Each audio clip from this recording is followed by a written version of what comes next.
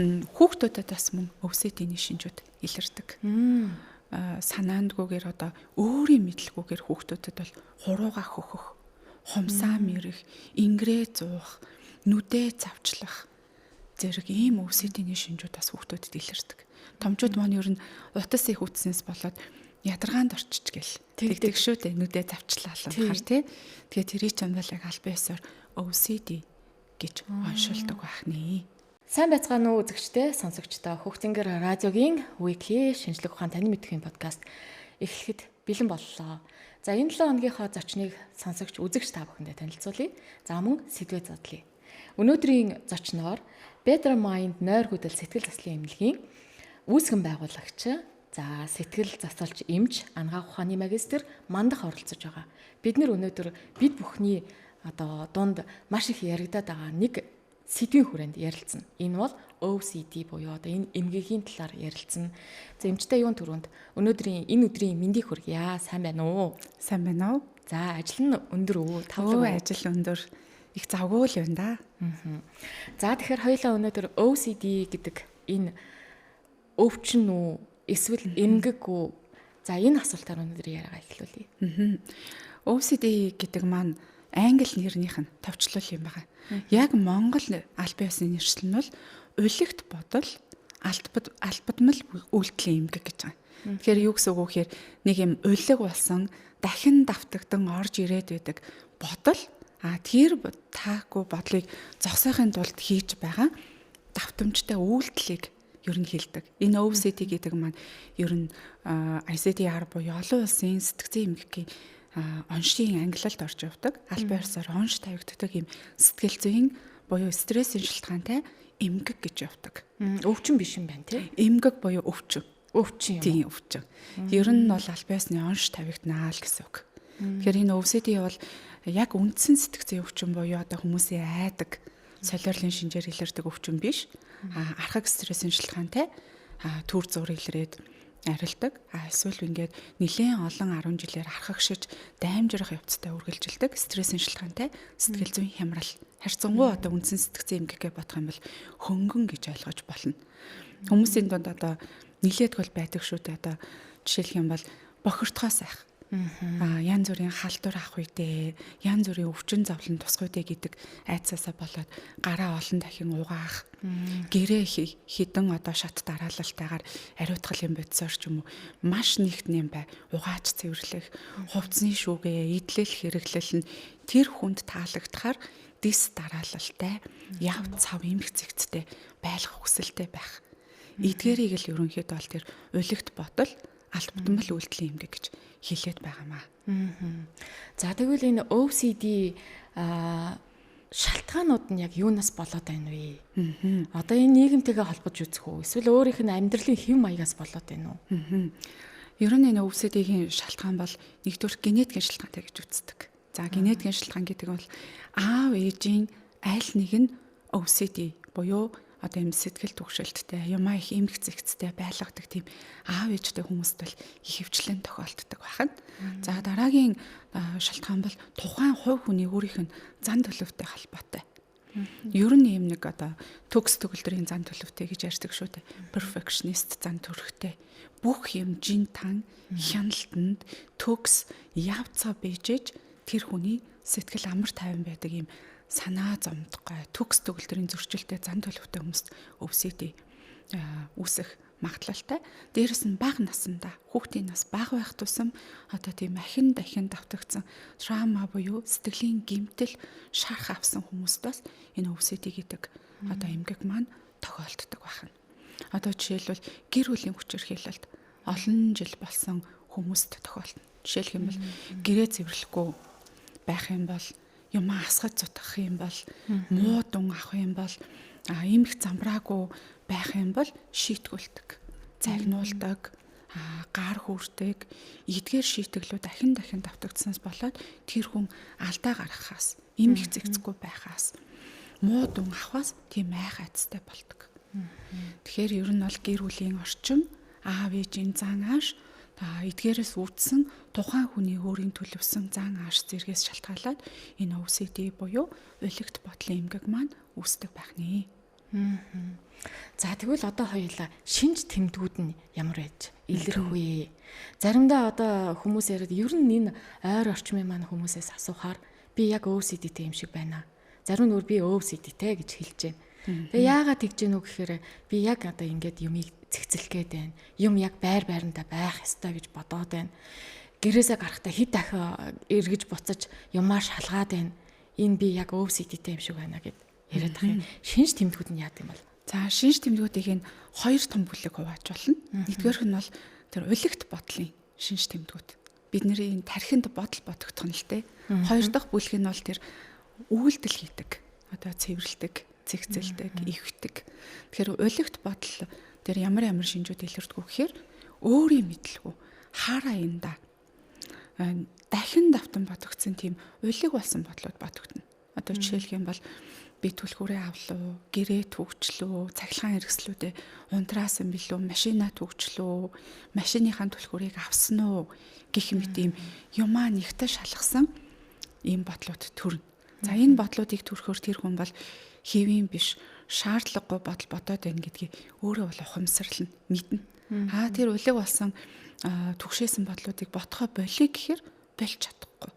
Тэгэхээр энэ болж өгдөггүй санаа зовсон ахин дахин давтагддаг эдгээр бодлууд орж ирнэ. Дээрэс нь өвсөдгийн бас дараагийн нэг одоо бодол бол таагүй дурсамжууд ахин дахин дурсагддаг. Одоо сэтгэлийн гэмтэл авсан, цочирдон үйл явдалтай тохиолдсон хүмүүс бол тэр онцгүй муухай дурсамжийг өөрийн мэдлгүй дахин давтан бодоод дурсаад тэр үед хямарчсэн хямралуудыг ахин дахин мэдрээд байдаг. За мөн шаардлагагүй эргцүүлэх бодлоодаас өвсөдийн үед гардаг. Одоо сансар окторгын талаар ч юм уу эсвэл одоо болоогүй үйл явдлуудыг төсөөлж бодох. Тэр хүнд одоо би тэгж хэлэндээ, тэр хүнийг тэгээд асуухаар нь би тэгж хэлэндээ гэл ингээл болохгүй ярилцлаганд бэлдээд ургуулж бодоод байдаг. Эсвэл өөрхийн биеийг хэтрүүлж чагнадаг. Одоо фэйсбүүкээс ч юм уу телевизээр хавдрын талаар мэдээлэл уншиж хахад өөртөө хавдар байна гэсэн ойлголт бодол дахин давтан бодогддог. Одоо би хотоодны хавдартай л болцсон юм байна. Гэл хавдрын талаар бодол ахин дахин бодох, эмчэд ахин дахин үзүүлэх ийм байдлаар илэрдэг. За дараагийн одоо өвсөдийн үйлдэл гэх юм бол ялгүй зовлонт цэвэрлэх үйлдэл, эмхлэх, цэгцлэх, шалгах ийм үйлдэлүүд хийгддэг. Одоо нэг үйлчлүүлэгч иржсэн л та. Өдрийн ер нь ихэнх хугацааг гараа угаах дээр зарцуулдаг. Энэ үйлдэл бол ер нь л одоо багын цэвэрч цэмцгэр тийм айлт өссөн их эмгцэгцтэй хүмүүжлтэй. Гэхдээ энэ COVID-19 цаар тахлын үеэр чинь ер нь хүмүүс их бэлэгтэй бай, гараа байн гариутаг, гараг ийм дараалал угаана гэж их заасан шүү дээ. Яг энэ дадлаас болоод нөгөө далд өвсөдтэй байсан хүний өвсөдийн илүү тодроод одоо нэг удаадаа гараа угаалаа гэхэд бол хамгийн багадаа бүтэн цаг угаадаг. Тодорхой дараалалтай угаана. Яг л одоо мэсцлийн эмч мэс цэцэлд орох гэж байгаа юм шиг дараалалаар хариуцлагын бодисоор угаадаг. Гадуур гараад гэртээ орж ирээд орой унтахын алдад бол 2-3 цагийн хугацаанд гараа угаах, усанд орох тийм үйлдэл хийдэг гэх мэт ийм хитрхи их хэмжээгээр өөрийгөө цэвэрлэх, ариутгах чиглэлээр бас өвсөдийн шинжүүд илэрдэг.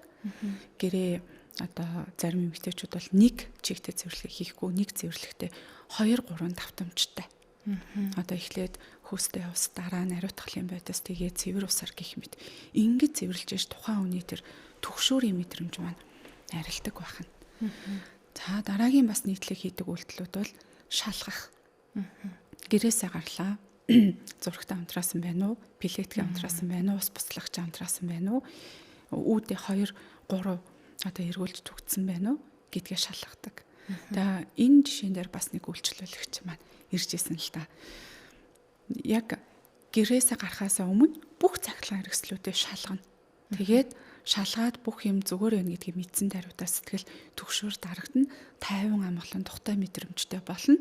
Эргээд 30-40 минутын дараа ажил дээрээ ирлээ. Эргээд цахилгаан хэрэгслүүдэд унтраалаа гэсэн бодол ахаад ороод ирдэг. Тэр бодъё гэж бодоогүй. Автоматар цаанаасаа тэр улигт бодол орж ирнэ. Тэр бодол ороод ирэхээр салгасан гэдгээ мэдээд байгаа ч гэсэн түгшүүр үс. ажил дээрээ тайван сууж чадахгүй. Хин нэгнэр эсвэл өөрөө гэртээ очиж ахиж цахилгаан хэрэгслүүдээ бүгдийг нь шалгаж иржээж тэр хүний түвшүүр намддаг. Ийм үйлдэлүүдээр одоо тухайн хүний хэвийн сайхан аз жаргалтай амьдрах, ажиллах, хөдөлмөрлөх, анхаарлаа төвлөрүүлэх байр байдлууд дээр их сөрөг нөлөө үзүүлээд идэг.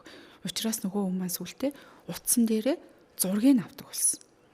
Одоо арь зэтгэнийхэн зургийг, зурагтай хамтраасан зургаа, хаалгаа түүжиж байгаа зураг авдаг. Тэгээ тэр уйлагт бодол ороод ирэх болгонд утсан дээрээсээ тэр зургуудыг үздэг. Тэгэхээр би ямар ч гэсэн найдвартай хэрэгслүүдээ салгачаа гэдгийг өөрөө баталж тайвшруулдаг. Тэгэхээр OCD гэдэг бол ер нь хөнгөнөөс хүнд зэрэг хүртэл янз бүрийн хэлбэрээр илэрдэг.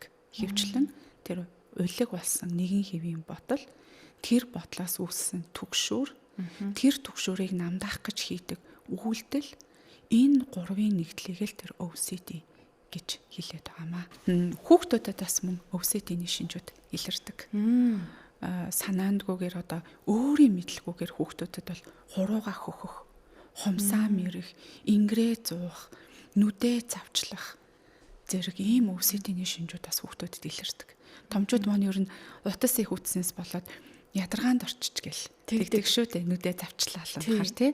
Тэгээ тэрий ч юм бол яг аль биесээр OCD гэж оншилдог байх нэ. Тэгэхээр чи бүр хүүхдэд бас тохиолддог. Ингээг. Тий. Энэ бол бүр бага насны хүүхдэдэд ингэж гинүү эсвэл бас том болсон одоо сургуульд орсон ч гэдэг юм уу тий. Ийм хүүхдэдэд бас илэрх хөө. Ер нь бүх насны хүүхдэдэд илэрнэ. OCD бол том хүмүүсийн одоо би OCD-тэй гэл хэмжиж үзүүлэхэд энэ бол ер нь бага наснаас л шинж тэмдэг нь эхэлсэн гэж эмч тооцоолдог. Тэгэхээр зөвхөн өнөөдөр илэрж байгаа OCD биш, бүр цэцэрлэгийн насанд ямар бодол боддог байсан, ямар үйлдэл дахин давтан хийдэг байсан, бага ангид ямар хүүхэд байсан, дунд ангид ямар хүүхэд байсан гэд насных нь ангиллаар тодруулж асуухад тэр нас болгонд OCD-ний тэр үйлдэл солигдоод идэг боловч нөгөөх шинж маань хар бага наснаас л эхэлсэн байдаг. Одоо жишээлх юм бол одоо юмаа цэвэрлэх, шалгах тийм OCD-тэй хүн байлаа гэхэд цэцэрлэгийн насанд хумсаа мэрдэг ч юм уу, хурууга хөгтөх шинж тэр үед илэрдэг байсан. Бага ангид болохоор одоо хичээлээ даалгавраа ахин дахин шалгадаг. Яг хуваарийнхаа дагуу хичээлээ ялгаж авч хийсэн байх уу гэдгийг ахин дахин шалгадаг. Тэр алдаа гарахаас айхаа айцтай OCD явсан байх жишээний. Тэгээ өсвөр насны үед хоолойгоо засах, нүдээ завчлах шинжүүд том болсны дараа бол хит эмхцэгцтэй байдаг. OCD-ний хэлбэр гэдэг. Ингээд OCD-ний хэлбэр нөгөөгөөрөө нас нь солигдоод явдаг. Тийм болохоор ер нь архаг явцтай гэж хэлдэг. OCD тэгвэл удамшдаггүй. Удам. Ер нь бол удамших хандлагатай эмгэг гэж үздэг. Яг одоо тийм генээр удамшнаа гэж судалгаагаар батлагдаа хүч гэсэн удамших хандлагатай эмгэг гэж явдаг. Яг цэвэр удамшлын эмгэг гэдэг нь тэр одоо удамшлын ген нь тодорхой тэр генийг авч төрсэн хүүхэд бол тэр тухайн удамшлын өвчнөр өвдөх нь баараагүй 100% байдаг. Харин OCD бол магадлалтай. Удамшиж ч магадгүй, удамшихгүй ч магадгүй гэсэн үг. Тэгэхээр OCD бол ихэвчлэн тэр өссөн гэр бүлийн эцэг эхийн хүүхдэд хандаж байгаа, хүүхдэд тавьж байгаа шаардлага эцэг эхийн зан ааш сэтгэл зүйн байдалтай холбоотойгоор OCD ихэвчлэн үүсдэг. Нэг жишээ хэлэхэд бол ээж өөрөө сэтгэл түгшилттэй, өвчнөөс аюул одоо гамшигаас айдаг тийм OCD гэдэг эмгэгтэй. Одоо хүүхдийг тэгээд өсвөр насны хүүхдэд үзүүлэхэд хүүхэд аль хэдийнэ ер нь юмнаас болгоомжломдгүй тийм түгшүүртэй хүүхэд болсон байгаа юм л да. Бага наснаас нь 2-3 настайгаас одоо хүүхэд хүлт ороод эд хөдөлгөөнтэй байх үеэс эхлүүлэл нөгөө түгшилттэй ээж маань битгий хүр түлэгдчихнэ. Битгийгүй унчин. Энэ аюултай. Тэр одоо эрсдэлтэй гэдэг ойлголтыг хүүхдэд байнга хэлсээр агаад нөгөө хүүхэд маань энэ хүрээлэн байгаа орчин ер нь нэг тийм аюултай юм байна. Болгоомжтой л үйлдэл хийхгүй бол ямар нэгэн эрсдэлд орчин гэсэн юм айдас түгшүүртэй OCD-тэй болж хувирсан байсан. Тэгэхээр ер нь удамших магадлалтай байсан ч бид нэр хүүхдэд хандах хандлага хяналттай, тайван байлгаж чадах юм бол хүүхэд маань OCD гэдэг асуудал өртгөө байх бүрэн боломжтой. Тэгэхээр хүүхдүүдтэй санаа зовж байгаа л нэгдүгээр тэгэхээр миний сэтгэл зүй ямар байгаа вэ? Би чинь түгшүүртэй хэтрүүл санаа зовлттой яваад байна уу? Үгүй юу? Хэрвээ тийм түгшүүртэй байгаа бол ээж ихлээд өөрийгөө, аав ихлээд өөрийнхөө сэтгэл зүйг тайван амгалан болгох хэрэгтэй. Тайван амгалан байгаа хүний хүүхдүүд бол мөн тайван амгалан л хүн болж өснө. Яг одоо ийм OCD-тэй хүний тархины процесс яг яаж явагдаж идэг бол ямар өөрчлөлтүүд гарч идэг бол? Ер нь OCD-тэй хүмүүсийн тархины процесс бол нэг талаараа дондох эмгэгтэй хүмүүстэй төстэй процесс явагдаж идэг. Нөгөө талаараа хайр дурлалсан хүмүүстэй төстэй тийм процесс явагдаж идэг. Их сонирхолтой. Ер нь бол OCD эмгэгийн үед бол тэр дофамин гэдэг бодис хүний тархинд хэвийн хэмжээнээс хит ихсэх, зарим тохиолдолд дофамин гэдэг бодис хэвийн хэмжээнээс буурах зэргээр дофамин гэдэг бодисын хэмжээ ихсэж багасах байдлаар ер нь бодисын солилцооны хямрал үүсэж идэг. Тэр дофамин гэдэг бодис маань бол биднийг юм өөдрөг, өөртөө итгэлтэй, зоригтой хүрсэн юм кайфтай мэдрэмж төрүүлдэг бодис байна л дээ. Одоо жишээлбэл өнөөдөр 5 ажил хийгээд амжих ёстой байсан бол 5 лангийн хийгээ амжсан бах нэг юм бахтам сайхан мэдрэмж төрдөг шүү дээ. Тэр мэдрэмж чинь ер нь дофамин гэдэг бодис ялгараад байна гэсэн үг юм байна. Тэгэхээр ер нь тэр түгшүүртэй OCD-ний үед бол хий гэсэн гэрээ цэвэрлэж дуусгаагүй, гэр замбраагүй байгаа үед бол стрессийн давар хүний тархинд ялгарна.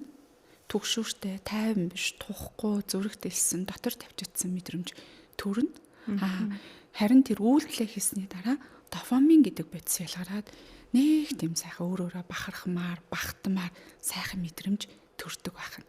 Тэгэхээр стрессийн давар ялгарах болон тэр ханамжтай мэдрэмж төрүүлдэг дофамин гэдэг хоёр бодисыг ер нь бол хосолсон процесс тархинд OCD-ний үед явагдаж идэг. Энэ нэг ингэчүүл яана, тэгчхүүл яана, тийм нэг юм хийх гэж ижил наан нь бүр баахан олон тийм айдас төгшүүрийг өөртөө аваад ингэчүүл яана, тэгчүүл за энийг хийвэл ингэчүүл яана гэл ингээл буруу талаас нь илүү их бодоод идэх нь OCD мөн үү?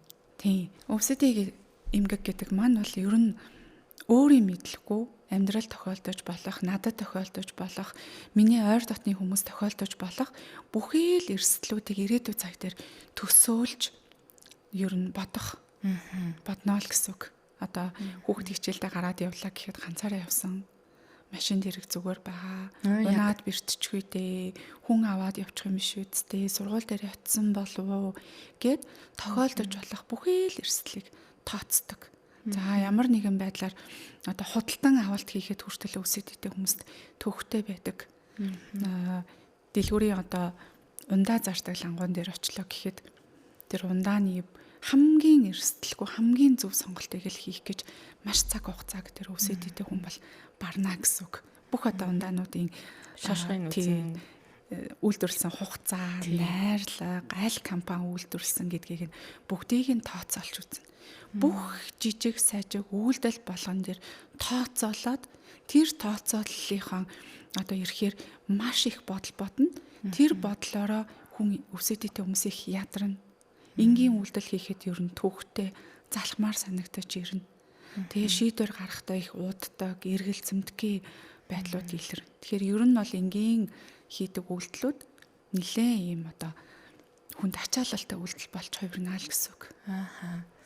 За тэгэхээр одоо энэ OCD-ийн за нэгэнт ингээд би ийм OCD-тэй юм байна гэд ингээд мэдчихлээ гэж бодъё.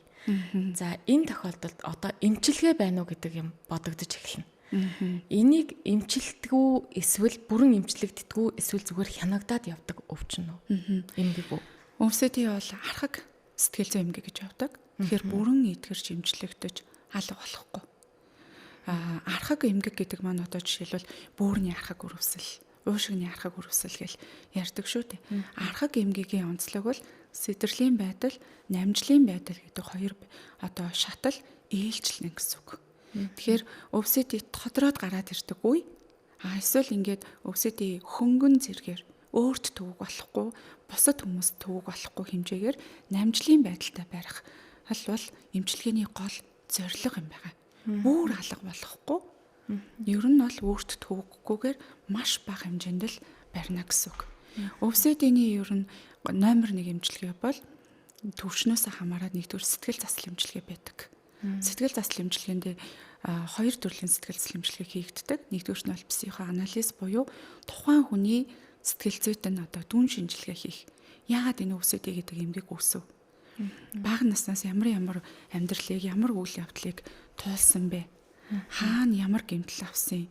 Хэний харилцаа хандлагаас болоод таны өнөөдөр энэ өвсөдий гэдэг хямрал үүсв гэдэг шалтгаан олдог, гарц гаргалгаа олдог психоанализ хэлбэрийн сэтгэл засал хийгдэнэ. Дээрээс нь CBT буюу танин мэдгүй тэр зан үйл засах сэтгэл засал мөн хийгддэг. Аягийг заавал 3 удаагийн давтамжтай угаадаг байх юм бол аягийг 3 удаагийн давтамжтай угаах шаардлагагүй. 1 удаа хариуцлагын бодисоор ингээд угаачаад нэм бактериуд тэдэн хувиар ингээд арилждаг. Таны нэмэлтээр хийж байгаа хоёр үйлдэл бол шаардлагагүй юм а гэдэг тухайн дээр өвсөдий хүнд мэдлэг олгоно. Хангаах ухааны талаас, шинжлэх ухааны талаас мэдлэг олгоно. Тэгээд тэр буруу хитрээд байгаа үйлдэлийг засах талаар заавар, зөвлөгөө, даалгавар өгдөг юм CBT гэдэг сэтгэл засал хийгддэг. За дараагийн сонголт бол эмийн эмчилгээ байдаг. Яг өвсөдийн дээр тэр уйлагт ботал дээр алдагдмал үйлдэл дээр тохирсон орчин үеийн эм бэлтгэлүүд бол Монгол улсад ороод ирсэн байдаг. Үнэхээр тэр давтамжтай үйлдэлийг хийхэ болчдөг. Эм уугаад уу? Эм уугаад. Тэр өвсөдийн нөлөөлдөг юмнууд маань ер нь л тархины серотонин, габа, дофамин гэдэг тэр нейротрансмиттерүүдэд нөлөөлдөг. Тэр бодисуудын хэмжээг хэвийн болгодог тийм эмнүүд унаал гэсэн үг. Ер нь хүний тархинд өвсөдийтэй байгаа үед л серотонин буюу аз жаргалын дарын түвшин буурсан байдаг. Дандаа далд готролтой явчихдаг өвсөдийтэй хүмүүс. Дандаа түгшүүртэй явдаг. Тэгэхээр тэр эм маань серотонин гэдэг бодисыг хэвийн байдалд аваачаад өгөхөөр готролгүй, түгшүүргүй, тайван мөртлөө өөдрөг сэтгэл зүйтэй болоод ирдэг байна. За дараа зүгээр.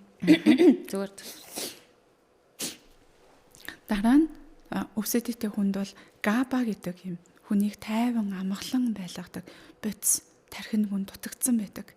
Тэр габа гэдэг бодисыг тэр өвсөдийн эсрэг юм маань бас докторжуулж нөхөж өгдөг байх нь л те. Тэр габа гэдэг нь хүнтэй нийн угу сайхан сэтгэлийн онгойтл ярьсны дараа эсвэл сайхан уйлсны дараа хамааг ажилла амжуулсны дараа тэр габа гэдэг бодис биднэрт өдөр тутамдаа ялгардаг. Нэг юм сайхан тухтай амгалан бүх юм болмоор юм шиг мэдрэмж төрүүлдэг бодис шүү дээ. Тэр габа дутагдчихаар л өвсөдийтэй хүнд бүх юм хянмаар шалгамаар чеклмээр нэг л юм болохоо хэлсэн юм шиг санагдаад идэг. Тэгэхээр тэр эмийн тусламжтай габа хэвэн болчдөг. Тэгэхээр юмаа шалгая гэсэн хүсэл бодол тэр хүнд бага төрнө гэсэн үг. Дараа нь дофамин гэдэг бодисыг хит хүчил өвсөдийн үед явагдчихэдэг. Ботол замбраагүй эрэхтэй, тархины идэвхжил өндөртэй. Энэ үед л тэр дофамин гэдэг бодисын идэвхжлийг бууруулдаг эм бэлтгэлийг бас өвсөдийн үед авдаг. Тэгэхээр ботол маань их гоё цэгцтэй болоод ирнэ гэсэн үг. Нөгөө өөрийн мэдлэгөө тархинд орж ирдэг уйлагт ботлууд маань блоклогдчихно. Тэгэхээр ботыг ивэл ботно. За болиг ивэл тэгэл болчдөг болдог. Тэгээ энэ эмчилгээнүүд маань хэр удаан үргэлжилдэг вэ? Ер нь энэ өвсөдийг эмчлэхтэй? Ер нь бол нэлээд олон жил үргэлжилсэн асуудал байдаг учраас хамгийн доотлолтой 6 сарын хугацаанд эмчийн хяналтанд эмийн бэлтгэлүүдээ уун. Дээрээс нь эмийн бэлтгэлтэй хамт 6 сарын хугацаанд сэтгэл засал эмчилгээг авсарч явдаг. Ер нь бол яг стандарт бол 6 сар өвсөдийн эмгэг маань эмчлэгддэг.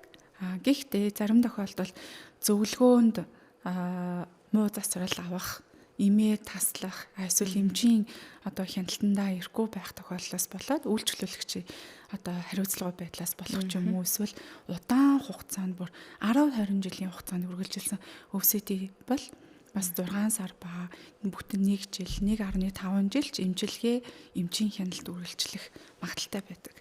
Тэгээд эм уух бол номер 1 асуудал биш. Эмийг бол эмчийн хяналтанд заавал уух хэрэгтэй. Хүмүүс маань үзүүлсэн хүмүүс маань тэгтгэлтэй эмч эхлээд үзлээ.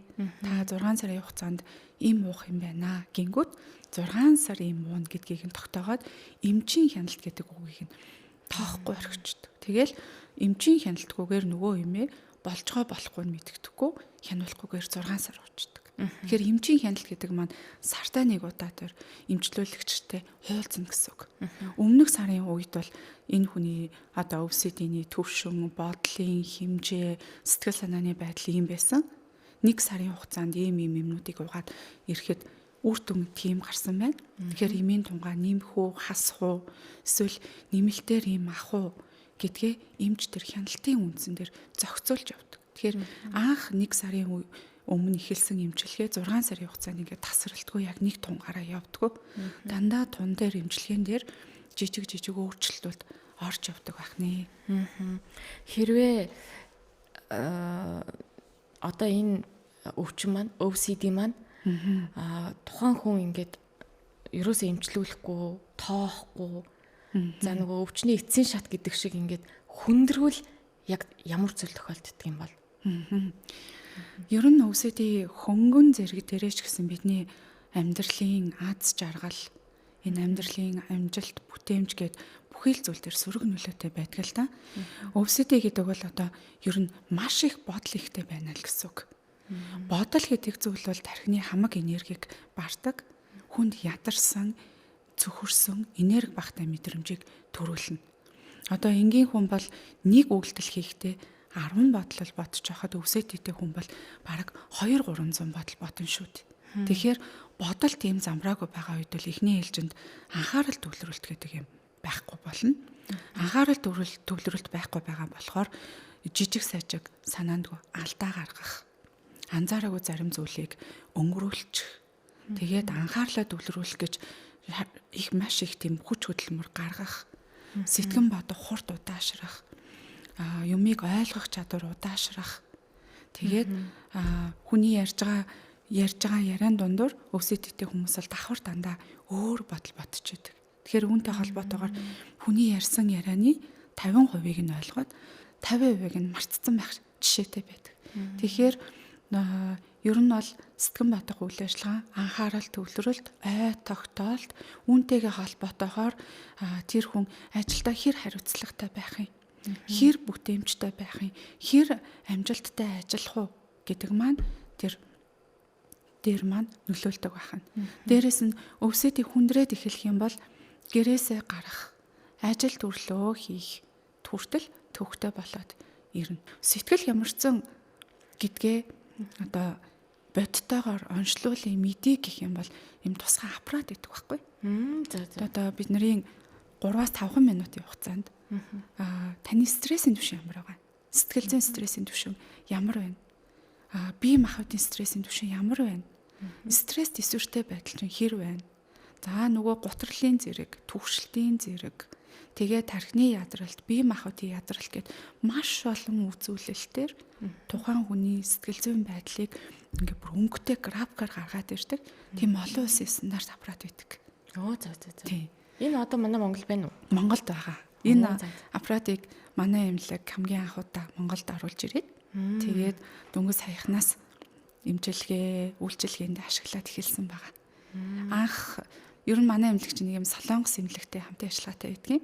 Тэгээд Монгол эмнэлгүүдээс ер нь Солонгосын тэр сэтгцэн эмнэлэг юугаар илүү байна гэд ажигласан. Яг тэр стрессийн түвшин богинохоо хугацаанд ингээд онцлоод гаргаад ирдэг тийм аппараттай байдаг юм билээ. Тэгээд тэр аппаратыг нь судалж байгаад ер нь Монголд оруулаад ирсэн байгаа. Тэгэхээр одоо ялангуяа эрэгтэй хүмүүст айгүй зүгээр санагдчих байгаа байхгүй. Та ингээд гутарсан байна штэ гэхээр үгүй би ч гайгүй л дээ, би ч гутранж гэж юу ах вэ гэдэг. Тэгвэл та аппаратанд ороод үзээч. Гэхээр илэрхий өөрчлөлтүүд нь гараад ирдэг. Тэгээд эмчилгээний дараа үр дүн хянахад бас энэ аппарат их эмчнэрт хэрэгтэй санагдсан. Одоо нэг юм 5 өдөр сайхан өдрийн эмчилгээнд явлаа, хөвтлээ, сайхан болсон л гэж эмчний хэлээд байна шүү дээ. Гэхдээ тэрийг бас баталгаатай хармаар байна шүү дээ. Тэгэхээр эмнэлэг твтгэхийн өмнө сэтгэл зүйн төвшин, стрессийн төвшин ямар байсан юм бэ шинжилгээгээр. Эмнэлгээс 5 өдөр болоо гарсны дараа ямар байсан бүр юм харьцуулсан графикаар гараад ирдэг. Тэгэхээр нөгөө хүнд чинь бас юм ханамжтай байх нь шүү дээ. Би үнэхээр үр дүн өгсөн байх шүү гэд. Тэгэхээр тэр сэтгэл зүйн талаар нэг юм хий хоосон гэж боддог ч юм уу тий. Их тийм хийсвэр юм шиг санагддаг. Хямарсан юм шиг, хямраагүй юм шиг дотроо өөрийгөө ойлгохгүй бодлонд яваад идэг бол зүгээр шүү давбрааданд ороод өөрийгөө мэдчих боломж бас байдаг. Зүйтэй. Тэгэхээр тэгээд танд маш их баярлалаа. Өнөөдөр маш их хэрэгтэй сэдвээр бид хоёр ярилцлаа. Тэгээд OCD гэж одоо юу байдгийг Тэ энэ талаар болоод за сэтгэл зүйн хямрал гээл гутрал дөгшүүр айдас гэд ер нь бид бүхний амьдралд хэрэгтэй бий болоод байгаа энэ асуудлуудыг ярьж өгч зөвлөгөө өгсөнд танд маш их баярлалаа. Ажилд нь амжилт хүсье. За баярлалаа. За ингээд өнөөдрийн подкаст маань энд хүрээд өндөрлөж байна. Үзэгчтэй сонсогчдоо та бүхэн Хөгцөнгөр радиогийн weekly подкастыг хүлээн сонслоо, үзлээ. За өнөөдрийн зочноор Better Mind нойргүйдэл сэтгэл заслын эмнэлгийг одоо үүсгэн байгуулагч, за сэтгэл засалч, эмч, ангаах ухааны магистр Мандах оролцлоо. Хамтдаа байсан бүх үзэгч, сонсогчдод баярлалаа. Дараагийн дугаараар эргээд уулзъя. Түр баяртай.